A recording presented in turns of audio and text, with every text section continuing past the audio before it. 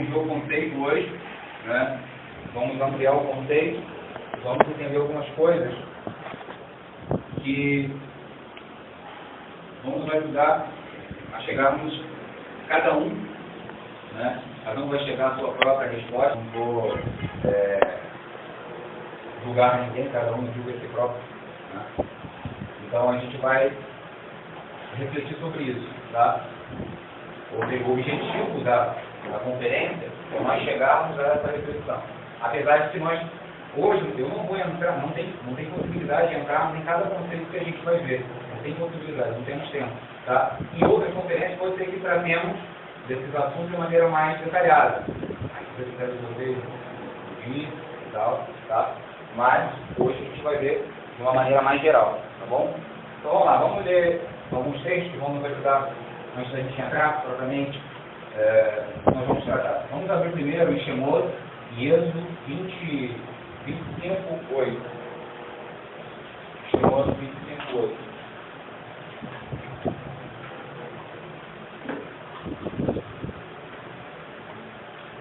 Shemot 25, 8.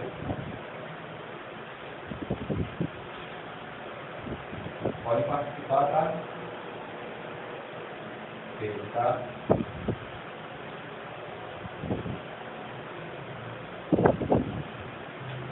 Todos acharam?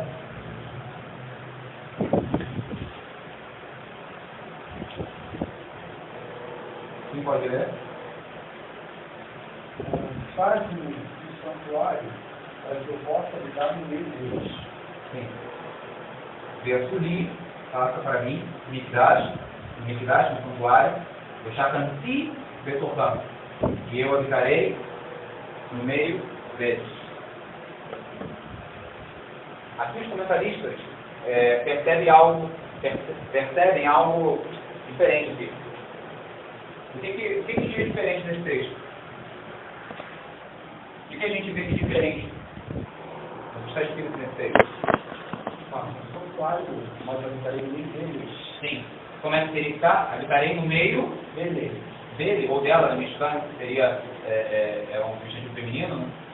Então, assim, o Eterno diz, far-me-eis o Mikdash, tá? Ve'asur-li Mikdash, ve'shakanti, e habitarei, betorham, no meio ou dentro deles. Deles quem? Amisrael. A pergunta aqui é, Amisrael, no sentido de um todo, ou a Kadosh Baruch Hu deseja habitar em cada um dos filhos de Israel, individualmente? Em cada um dos filhos de Israel. A pergunta é, o que é necessário para que Borei Olam, o Criador do mundo, habite em mim? O que é necessário para que a presença de Hashem resida em nós?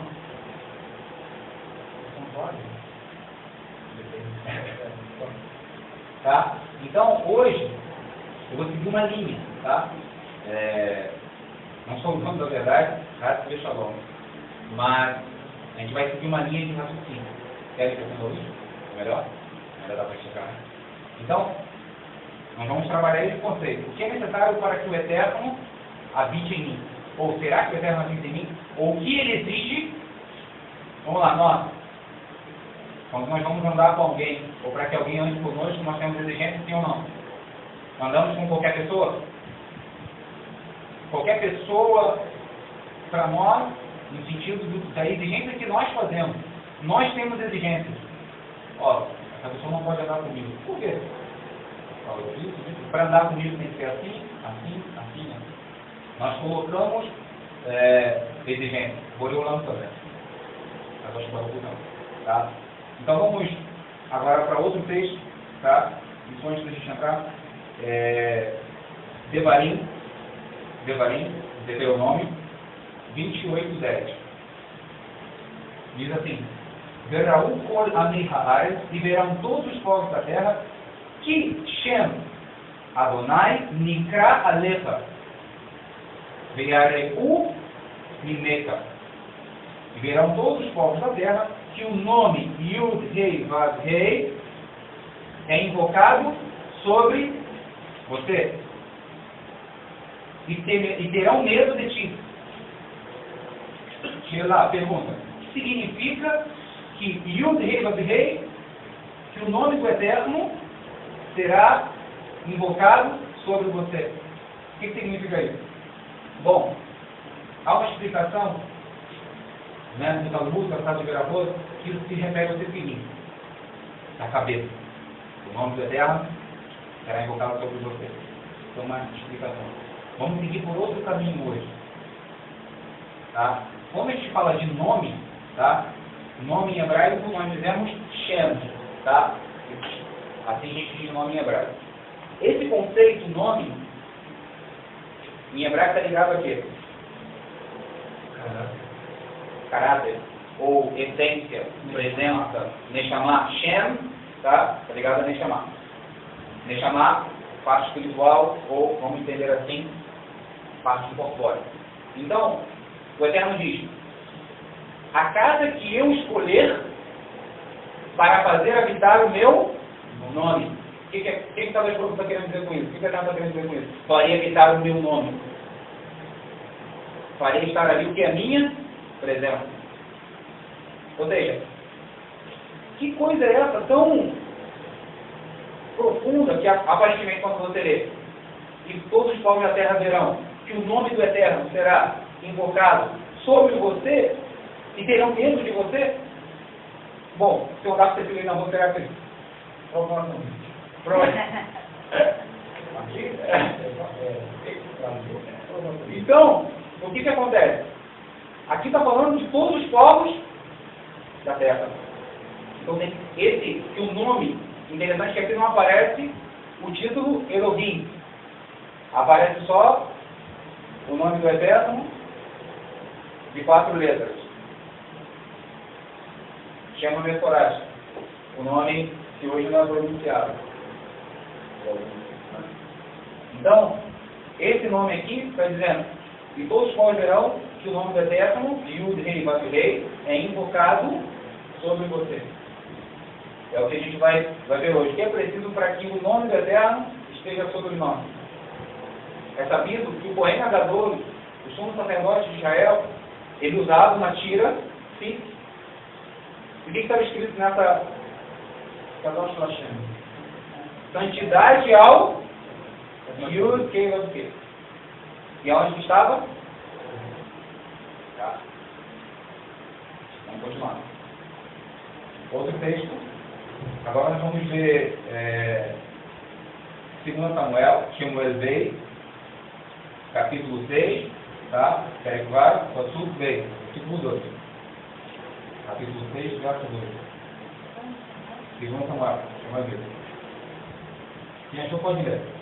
E Davi apresentou-se e partiu para os planícies de Abdá, todo o povo que ele tinha consigo, para trazer de lá a arca do Criador Eterno, no qual se invoca o nome de Yahu, dos exércitos que habitam entre os querubins. Então, a arca, né, de Elohim, Asher Nikra Shem, que se invoca o nome Shem Yud Rei Vav Rei, o nome Yud Rei Vav Rei, Sebabot, dos exércitos, e Yosher, que se assenta Hakerubim Alav, sobre o seu ou os seus querubins. Então aqui nós temos o conceito de trono. Aqui nós estamos falando do Aron HaKodesh, né? Da Arca Sagrada, conhecido como Arca ou Aron HaBerith, tem vários nomes, né? A Arca da Aliança. Sobre a Arca da Aliança, o Eterno mandou fazer, o que o Eterno mandou fazer sobre a Arca da Aliança? 2 seres celestiais, conhecido como querubim, né? Em português. E o que ocorria em cima desses 2 seres? A manifestação do quê? Do Eterno. A tradução para o aramaico de Onkelos e o seu Jonathan chamam o Kaporet, a tampa da arca, que é chamada em hebraico, chamam de trono de misericórdia. trono de misericórdia, que é traduzido também como propiciatório. Então aí nós temos o conceito de trono. Você está dizendo que Hashem se assenta. Claro que esse se assentar não é literal. Sentar, em hebraico, está ligado a habitar também. O verbo que é usado em hebraico é yashad. Tá? Essa é a raiz. Yashad. Por isso está ali yoshev, o que se assenta. Por exemplo, yashad significa sentar-se, mas também significa habitar. Tá? A mesma palavra. Então, o conceito de assentar-se também está ligado ao conceito de habitar. Vamos pouco a pouco. Tem que entrar no conceito. Outro texto. Agora a gente vai ir para Ezequiel, tá? Vamos ver 2 textos e aí a gente vai entrar. Quero que a gente vá captando essa questão de que Hashem habita, de Hashem se assenta, tá? E o que é necessário para que nós sejamos um trono, um ser para Kadosh Baruch Hu, um trono para o Eterno. Ou seja, que nós sejamos alguém a quem o Eterno que dê a oportunidade para que o Eterno habite. Ou seja, o que nós necessitamos que nos torna meritórios para chegarmos a ter essa honra, que Boré Olam habite em cima da gente. E se Boré Olam, se nós não temos aquilo que ele exige, e Boré Olam não, o Eterno não habita sobre nós, alguém vai habitar. Tá? Vamos lá. Ezequiel Anavi, capítulo 1, verso 10. Até aqui estão comigo? Todos estão comigo? Até aqui? Todos? Vamos lá, bora. Capítulo 1, verso 10. Quanto às suas partes, tinham forma semelhante a de um homem. Sim. Mas os 4 apresentavam partes de leão do lado direito, e todos os 4 apresentavam partes de touro do lado esquerdo. Ademais, todos os 4 tinham parte de águia. Então aqui nós temos a visão de Ezequiel Anavi, né? Ele viu 4 fatos, ou 4 elementos que ele visualizou e ele transmitiu que era parecido com isso. Tá? Vamos agora, último texto, de Ezequiel 10, capítulo 10, versículo 1. Capítulo 10, verso 1. Pode ler? Olhei e vi sobre o firmamento que estava por cima da cabeça dos querubins, resplandecia algo que tinha a aparência de uma pedra de safira, com o formato de um trono. Então aqui nós temos novamente o conceito que é chamado na literatura do nosso povo de Kisseh HaKavod. Que tem Kisseh HaKavod, trono de glória, ou trono da glória. Então, o elemento, ou os elementos que nos descreve o capítulo 1, está fazendo referência a quê? Aos querubins. Então, nós temos aqui, primeiro, nós vamos trabalhar hoje o conceito 4, 1 sobre 4. 1 sobre 4. Vamos entender um pouco do número 4, o que ele representa, tá? E vamos ver que o Eterno exige em nós 4 coisas para que ele se assente sobre nós. O Eterno exige em nós 4 coisas para que ele diga assim: você merece que eu habite em você, você merece que eu me assente sobre você, você é um trono para mim, você vai se tornar a minha carruagem. Então são 4 degraus que eu tenho que subir, 4 etapas, ou 4 degraus, ou 4 níveis, para poder ser meritório que a Shekinah desça sobre mim. Beleza? Então vamos lá. Tratado do Talmud, Masechet Nedarim, diz o seguinte: coisas o Eterno exige para que a presença dele esteja com alguém? Quais são essas 4 coisas? Que uma pessoa seja sábia. Uma pessoa seja sábia.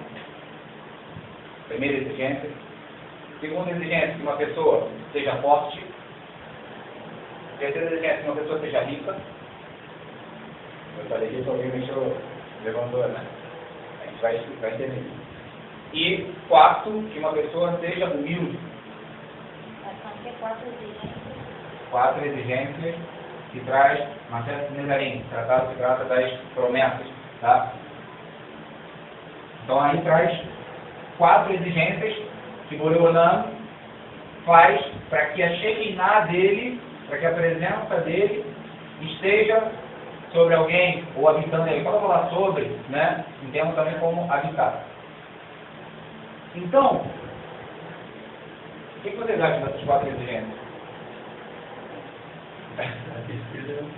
A terceira, tudo bem. Ser humilde a gente até entende. Depende da pessoa. Agora, ser rico, vamos lá. Ser rico já é algo que depende de Hashem. Por mais que eu trabalhe aqui, quem dá o quinhão de cada um é o Eterno. Na verdade, tem pessoas que acham que elas conseguiram o seu próprio corpo. Quem dá o quinhão de cada um nesse mundo, a porção, você vai ter que fazer contra o Eterno. Eterno decide isso. Como é que pode exigir que eu tenha que ser rico para que a presença dele? Masechet Nedarim, tratado de Nedarim, tratado das promessas. Então, agora nós vamos entender, se vocês leram o Pirkei Avot, a Ética dos Pais, tá? Que é um tratado que traz para nós muitas máximas dos sábios de Israel, de ética e moral, aí você vai entender por que está no Pirkei Avot, Eizehu Hatam, quem é sábio? Eizehu Gibor, quem é forte? Eizehu Ashir, quem é rico? Quem é honrado? Se você ler Pirkei Avot sem nunca ter lido Masechet Nedarim, você vai ver o quê? Por que faz essas 4 perguntas? Por que não perguntou quem é bom, quem é justo, quem é amigo de Hashem? Porque justamente essas 4 perguntas aí. Porque essas perguntas aí no Pirkei Avot, dentro do mar, ele vem com essas perguntas e vem com as definições desses conceitos para explicar o quê? Esses 4 conceitos que aparecem lá em Nedarim. E que para você ter a presença divina, você precisa ser sábio, você precisa ser rico, você precisa ser forte, você precisa ser humilde. Então, se nós olharmos o que está escrito no Pirkei Avot, nós vamos ver que é justamente isso que vem responder.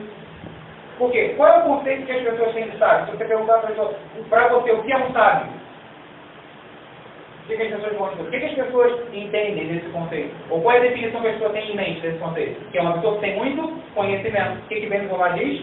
Quem é sábio? Aquele que o quê? Que aprende de todos. Ele diz, Halomed Mikol Adam. Sábio é aquele que aprende todos. Ou seja, ele já vem quebrando um paradigma.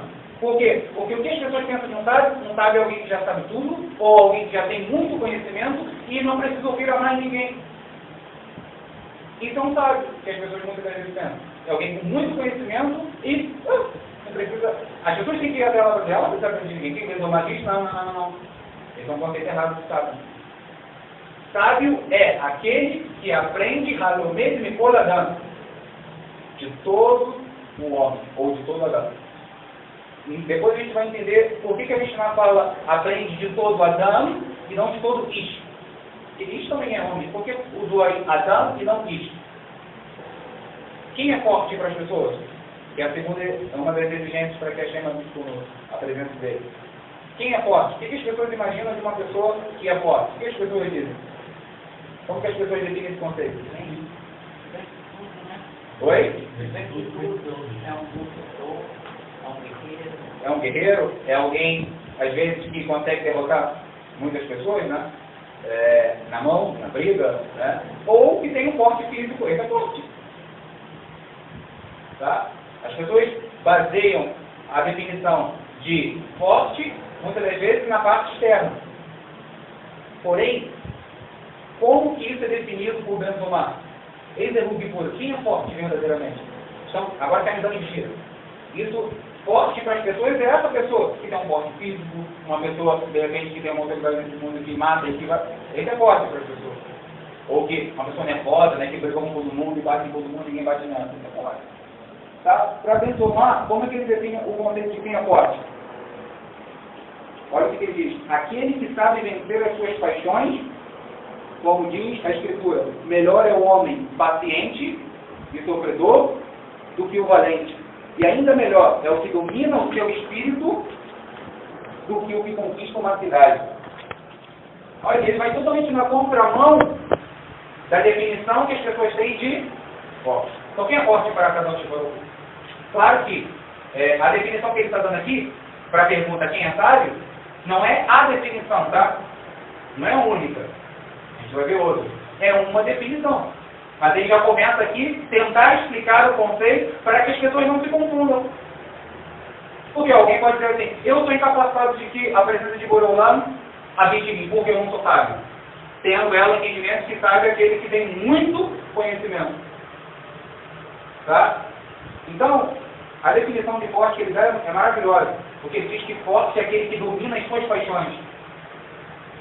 Que em hebraico ele traz Hakovesh et Yitro, a sua inclinação, as suas paixões, a pessoa que consegue dominar, uma pessoa que vem nela o desejo de roubar e ela refreia isso, uma pessoa que vem nela o desejo de falar mal de alguém, ela refreia isso, e não chega a falar mal.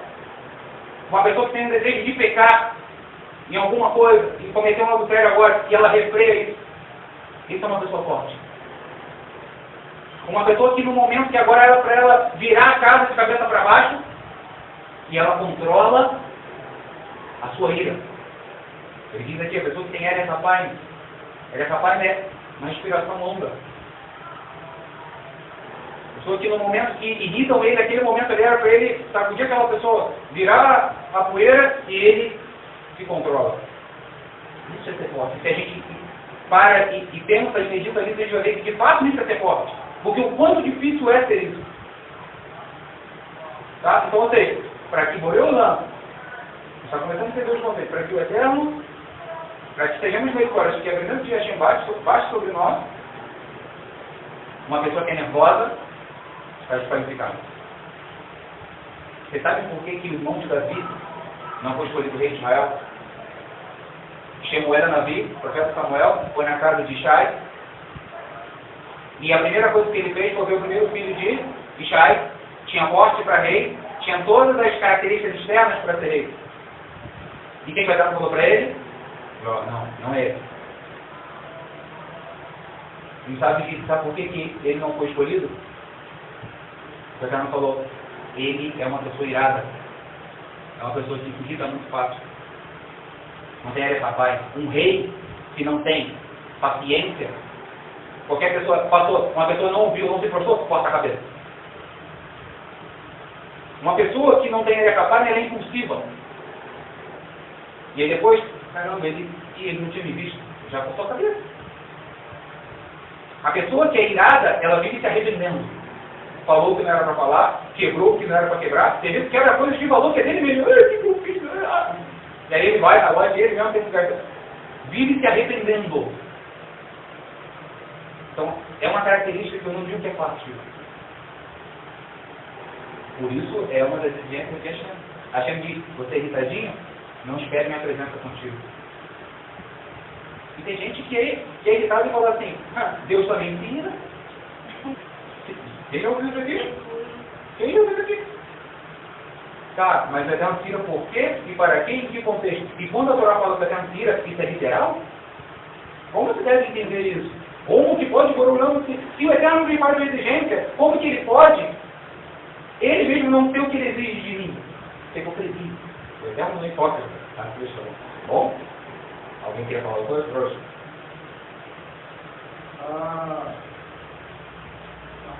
Não. Outra coisa que dentro do lamento esclarecer. Eis é rua Shira. Quem é rico? Qual é a definição? Gente, presta atenção. Essa Mishnah, que eu estou dando para vocês, foi escrita há mais de 2 mil anos atrás. Não, escrita não, mas foi falada há mais de 2 mil anos atrás. E hoje ainda nós temos definições erradas sobre esses conceitos na nossa cabeça. Foi o que o senhor postou, né? Questão de texto vago. Aqui, ó. Reparar conceitos errados que estão na nossa cabeça. Então, quem é rico para as pessoas? Entrevista, enquete aí fora, microfone. Quem é rico para você? Bill Gates? Silvio Santos? Dave Batista? Era, né? Não, ele ainda é, né? Mas são essas pessoas que as pessoas veem como rico. Quem tem muito dinheiro, ou muitas posses, coisas aqui nesse mundo. Vendendo mais diz para nós o que ele diz. Quem é rico? Quem é rico?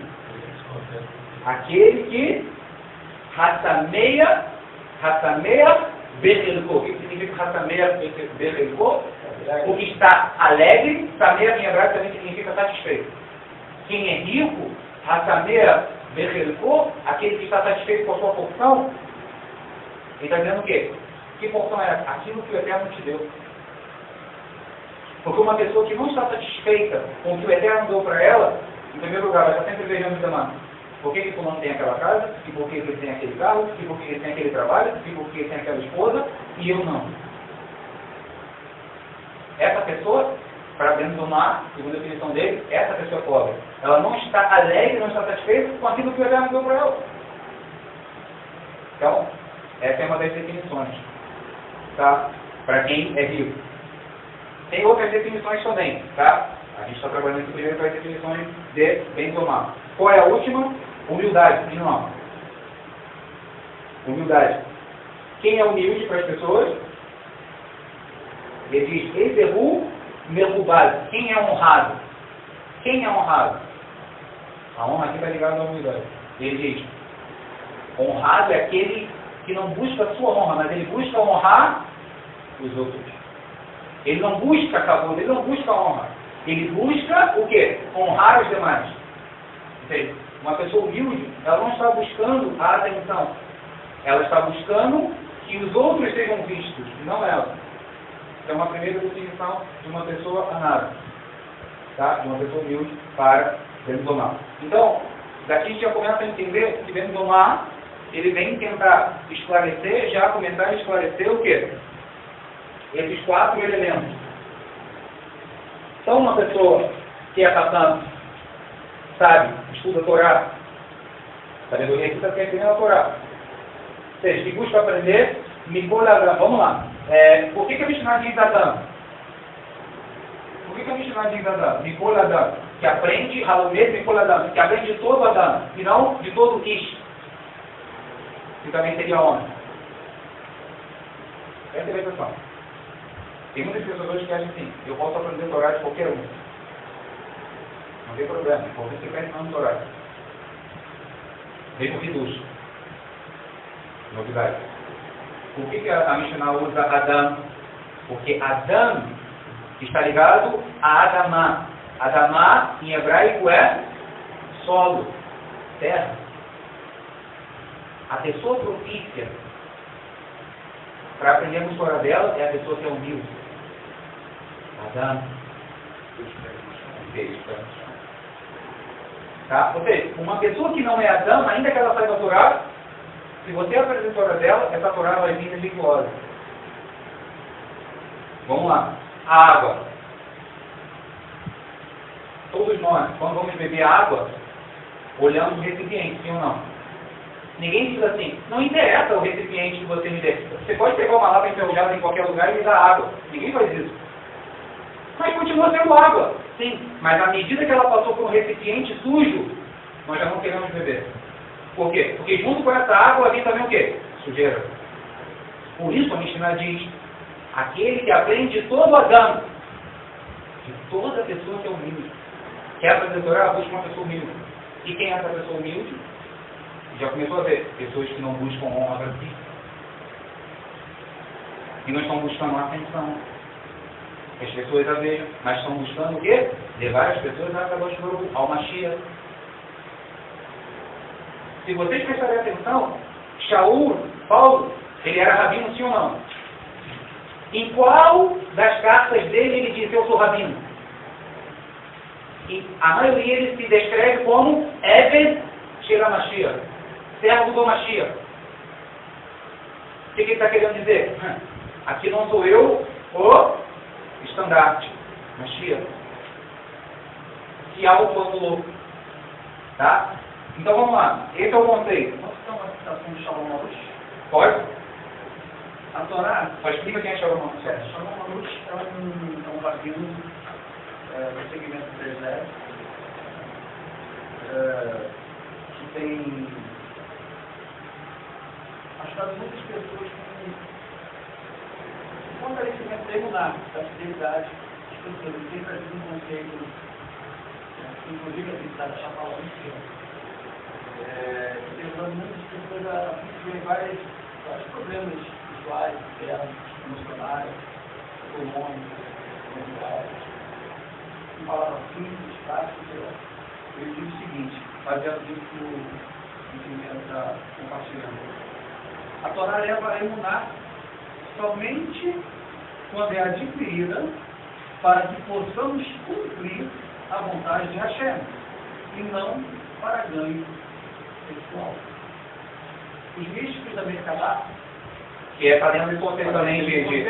eles não assinavam o nome. A maioria das obras dos místicos da Merkabah eram proibidas. Por quê? Para que eles não fossem conhecidos. Eles não tinham a preocupação de fazer propaganda desse livro deles. Nem era todo mundo que entrava no círculo social dos místicos da Merkabah, que dentro da linguagem mística, a que não posso confirmar isso, o universo de informação é muito baixo, mas nem todo mundo quer entrar. Tem questão anterior, inclusive aos cabalistas. Então, assim, também corroborando com o que diz a gente. Então, até mesmo em Vaikra, em Levítico, no capítulo 1, verso 1, está escrito Vaikra el Moshe. E chamou a Moshe. O Eterno chamou Moshe. A palavra Vaikra, se você olhar no texto hebraico, tem um aleph pequeno. Por que esse aleph pequeno? Os comentaristas dizem, de acordo com a humildade de Moshe. Gente, tem muita gente hoje que acha que sobre ele está Yud-Kei, Vav-Kei, porém não está.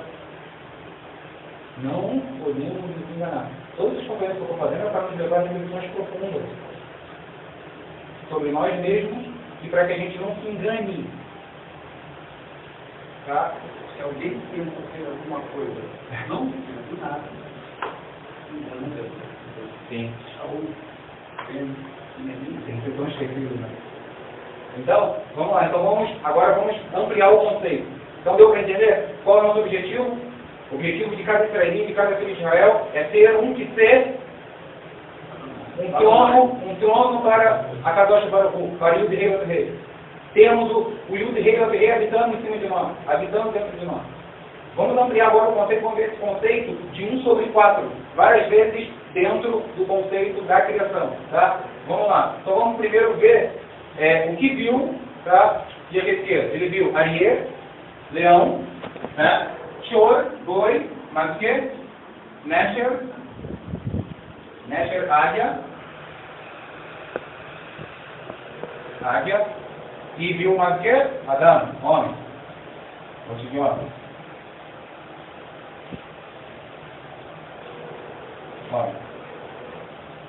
Então aí vamos falar o conceito que a gente vai partir. Antes da gente entrar a fundo nisso daí, podem ficar tranquilos que está sendo gravado, tá? Se vocês quiserem anotar depois, fiquem à vontade, até melhor, né? Vocês ficam mais tranquilos. Então, o que acontece? Antes eu quero falar um pouquinho sobre o número 4, que é o conceito que a gente está vendo aqui. Qual é o conceito que a gente está vendo? 1/4. A gente falou disso, os 4 integrais, todo mundo está me acompanhando, sim ou não? Estou vendo bem devagar para a gente poder trabalhar junto. Então vamos lá. Número 4, gente. Número 4. Eu quero falar para vocês do número 4. Estou na frente. O número 4 é representado em hebraico pela letra Dalet. o que significa ou o que representa o número 4? Qual é ou quais são os conceitos que o número 4 representa? Bem, tem algum conceito? Conceito, literalmente a palavra daler, pode ser dito daler, significa porta em hebraico. Qual é o conceito de porta? Acesso. Acesso. Então, o número 4, um dos conceitos que ele representa é acesso, acessibilidade a algo. Tá? A porta nos dá a oportunidade de termos acesso a alguma coisa.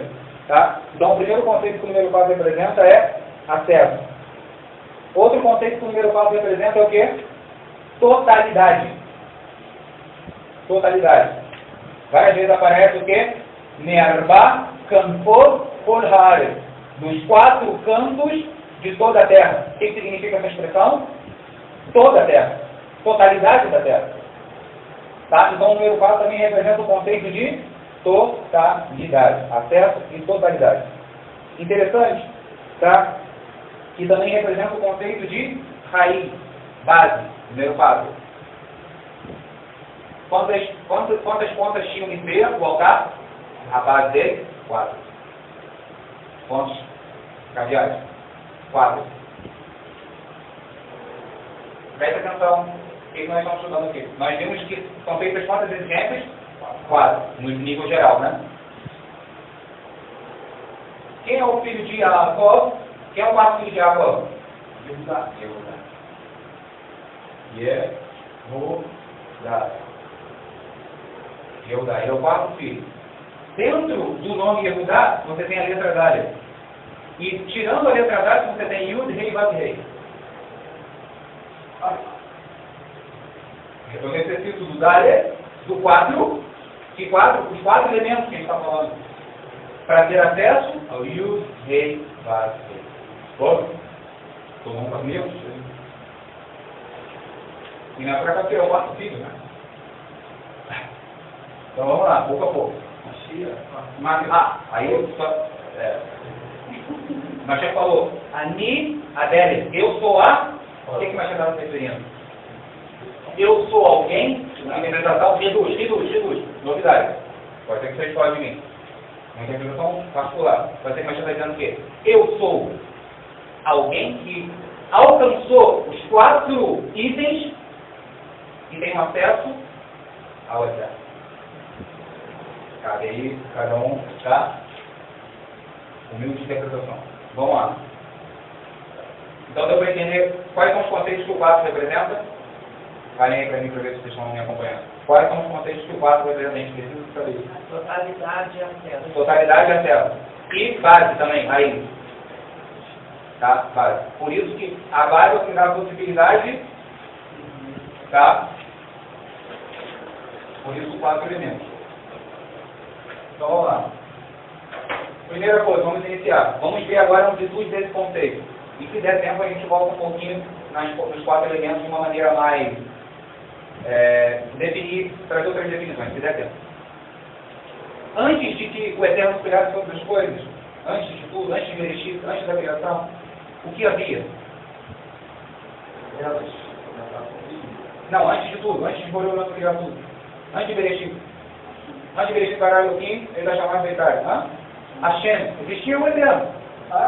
Se podemos, claro, sempre quando eu estou usando aqui termos, é para a gente entender, porque questão de existir, ou isso não cabe para o Eterno. O Eterno é chamado, aprenda esse termo, dentro da literatura do nosso povo, literatura um pouco mais elevada, de En Sof. En Sof significa sem fim, infinito. Até esse termo já limita ao Eterno. Qualquer termo que você utilizar para o Eterno vai ser impróprio. Porque são criaturas que querem definir algo que não tem definição. Então o Ensof, o termo Ensof, infinito, é nada mais nada menos que a tentativa de captarmos algo daquele que nós não podemos captar. Então havia o Ensof. E o Ensof, o infinito, preenchia todos os espaços. E é que existia espaço. Então, dessa forma, não tem como haver criação. Porque o Eterno preenche tudo. Não tem como o Eterno se relacionar com as suas criaturas, porque ele preenche tudo. Então, o que o Eterno faz? Se comprime, se retrai, chamado de Tzimtzum. Ele se contrai cria um vazio dentro desse infinito, que é ele mesmo, para aí nesse vazio criar algo. E agora o Eterno não pode se revelar plenamente para essa criação, senão essa criação deixa de existir, tudo volta ao início. Então o Eterno vai ter que lidar com essa criação de maneira que ele tem que se limitar de uma maneira muito grande. Então, essa criação agora vai ser composta de níveis. Desde o Ein Sof até nós, existem níveis. Até chegar a esse mundo físico. Então, o Eterno, o Ein Sof, resolveu se manifestar, se revelar através do seu nome de 4 letras. Ele vai se revelar. Tudo na criação vai partir daqui. Esse nome, Yud-Hei, Vav-Hei, são os compostos de 4 letras, significa essência ou Shoresh Espolodeiá, raiz de toda a existência. Tudo vai partir daqui e tudo vai estar conectado com essas 4 letras. Tá? Então aqui a gente já viu o conceito do Ein Sof sobre 4, 1 sobre 4. Primeira vez que a gente vê o conceito. Beleza? Todos estão comigo? Outra coisa. Quantos rios havia no Gan Eden? Todo mundo caiado. Quantos rios havia no Gan Eden? Um rio de 4 graus. Todo mundo caiado. Abram aí em Gênesis, Bereshit, capítulo 2, verso 10. Vamos ver quantos rios tinha. Eu também caí. Fiquem animados porque a gente cai mesmo. Amazonas, olha só, o Éden era o Amazonas. Nahar Éden, rio do Éden, vamos ver. Capítulo 2, verso 10. Pérez Beito, foi tudo viúdo. Vamos lá. Quantos rios ali? E saiu rio do Éden para regar o jardim. E dali se dividia e se tornava em 4 braços. Formando 4 rios. Quantos eram? 1. Se dividia em quanto? 4. Quais eram os 4? Pichon, perdão. Eufrates, Tigre, Terat, Hidekel. Qual outro é? Oi? Fion. Gihon. Existe uma teoria de quais são esses 4 rios. Sim. Tigre, Eufrates, Nilo e o Ganges. Aí. Então aqui nós temos o conceito de 1 sobre 4.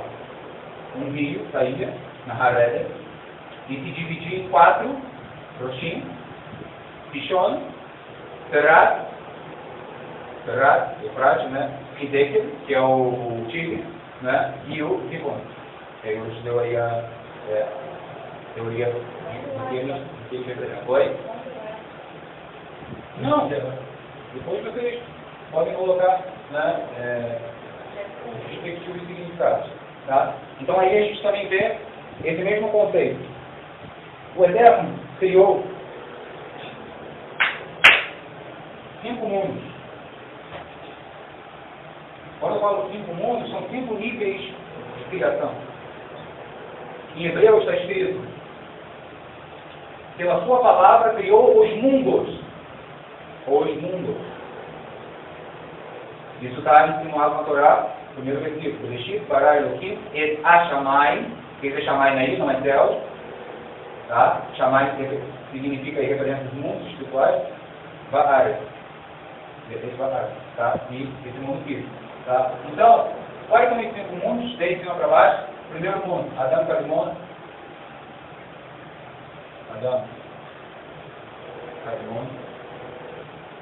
Abaixo de Adão Calimon, Asilud, Beliá, abaixo,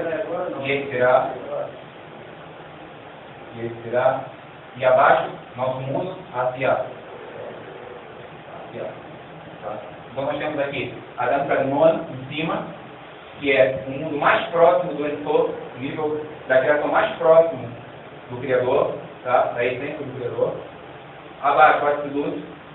Tá? Absoluto vem de essa significa bem próximo, quem está próximo da nossa zona. Por isso eu falo, não vai entrar em detalhes aqui, porque a nossa função aqui, o objetivo vai ver no nível geral, onde aparece o conceito. Absoluto PIA, que é o mundo da criação, tá? Também chamado mundo das almas. Aí alguns citam o Ganélio. E esse Sirá, que é o mundo dos malachim, um dos seres espirituais. Tá? Alguns dizem que existem Ganélio Saxônio, Ganélio mais elevado, paraíso mais elevado e paraíso mais baixo.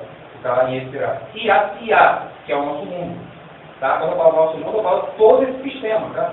Todo o sistema físico que pode ser percebido, estudado pela ciência, e por aí vai. Então, é um mundo chamado mundo da ação.